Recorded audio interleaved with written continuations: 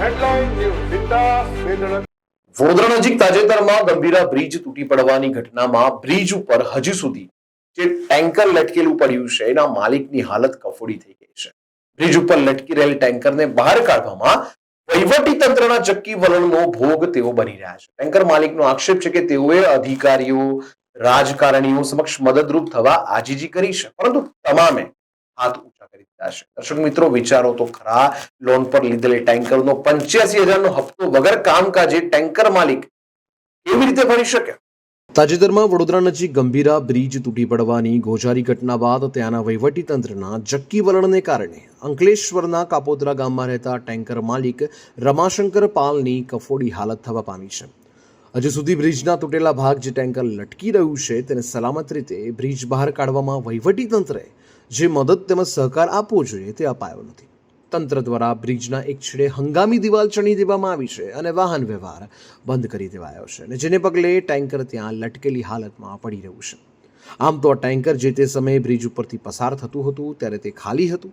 હવે હોનારત બાદ તંત્રે આ ટેન્કરને કોઈને કોઈ રીતે બહાર કાઢવા સરકારી મશીનરીનો ઉપયોગ કરવો જોઈતો હતો, પરંતુ આ અંગે વડોદરા તેમજ આણંદ જિલ્લાના સ્થાનિક વહીવટી અધિકારીઓએ ટેન્કર કાઢવા બાબતે હાથ ઊંચા કરી દીધા છે અને ટેન્કરને જેમનું તેમ રાખી દિવાલની આડશ ઊભી કરી દીધી છે.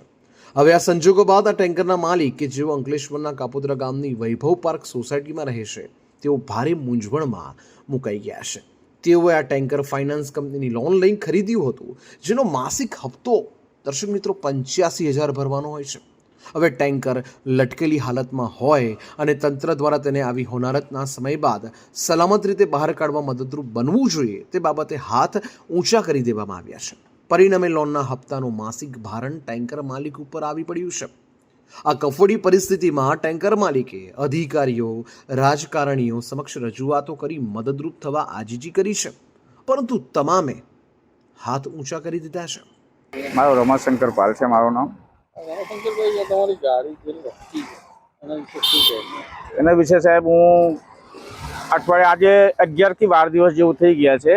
હું આનંદ પાસે, આનંદ કલેક્ટર સાહેબ પાસે, આનંદ આપણે અકલાવ મામલતદાર અહીંયા પાસે, એના પછી બરોડા કલેક્ટરમાં, પાદરા મામલતદારમાં બધી જગ્યાએ રજૂઆત આપી દીધું છે. હવે એ લોકો એવું કહે છે કે હું મારી રીતે બધું પ્રયાસ કરીને જોઈ લીધા છે, પાછું હું છતાં પ્રયાસ કરીશ કઈ રીતે થાય. અત્યાર સુધી કોઈ હલ આવ્યું નહીં. હજુ મારી ગાડી લટકેલી જ છે, બધા નીચે રેસ્ક્યુ પટી ગયા છે. હવે તમારે શું તકલીફ અત્યારે શું છે? મારે તકલીફ અત્યારે એવું છે, મારે 1 લાખ રૂપિયાની ઈમાઈ છે મહિનાની.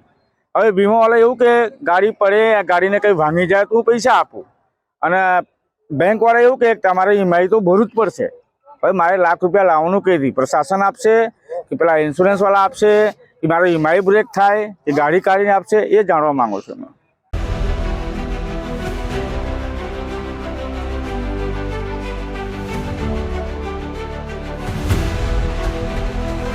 हर समस्या की हेडलाइन न्यूज विकास वेदना